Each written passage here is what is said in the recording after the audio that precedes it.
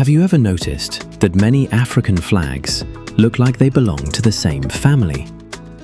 From the streets of Nairobi to the parades in Harlem, three colors appear over and over again: red, black, and green. On May 7th, 1921, these colors were solidified as the official national anthem in visual form for Black people worldwide. But this wasn't just a design choice.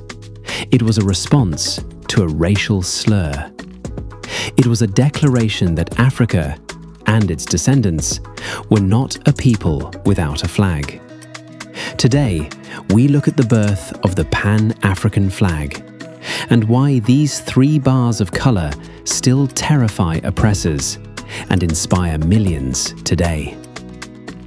In the early 1900s, a popular and incredibly racist song in the US asked the question, "Every race has a flag, but the coon."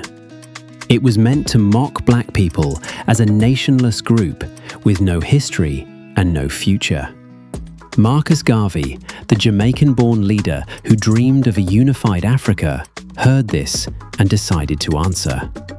On May 7th, as part of the momentum following the 1920 Declaration of Rights of the Negro peoples of the world, the red, black, and green flag became the definitive symbol of the UNIA.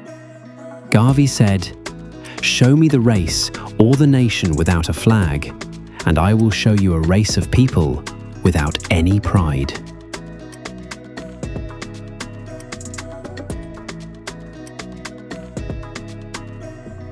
Every color was a message.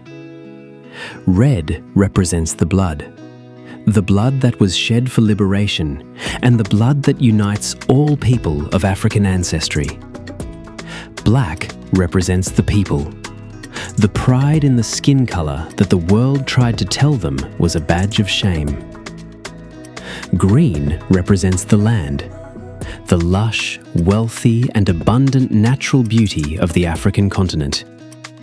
This combination was revolutionary. It gave people in the Caribbean, the Americas, and Africa a common visual language.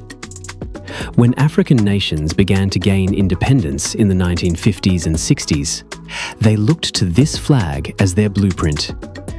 Whether it was the Black Star of Ghana or the Shield of Kenya, the red, black, and green were there.